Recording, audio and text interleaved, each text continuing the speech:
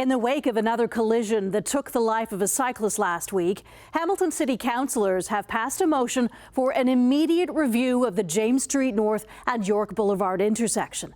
This comes as the city releases its annual collision report today.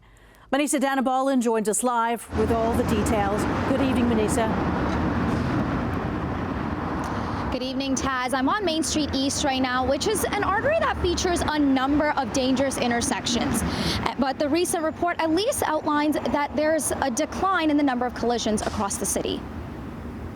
According to the City of Hamilton's annual collision report, the work that began through Vision Zero in 2019 to reduce the amount of collisions has been working.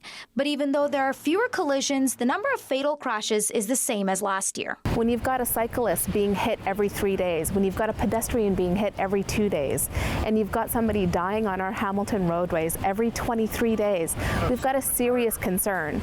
So, drivers really need to start taking responsibility. My concern is people are speeding and not paying attention and going through red lights.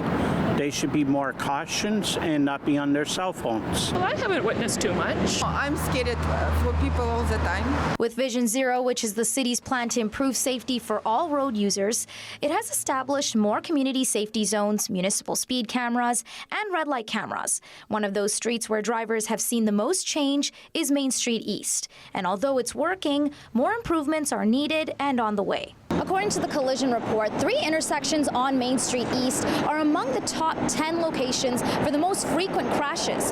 And councillors don't know a timeline of when exactly the work will begin to make Main Street East a two-way street, but they're hoping it'll be soon.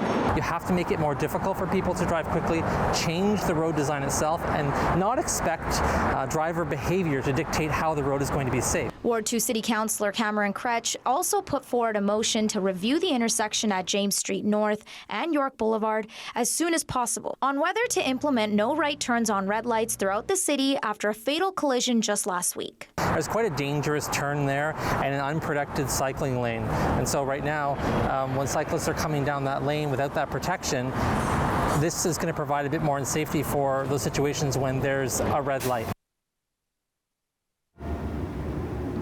Some councillors are hoping that the much talked about two-way conversion of Main Street will hopefully start in 2025. There's a report that's coming out in November that will outline those changes.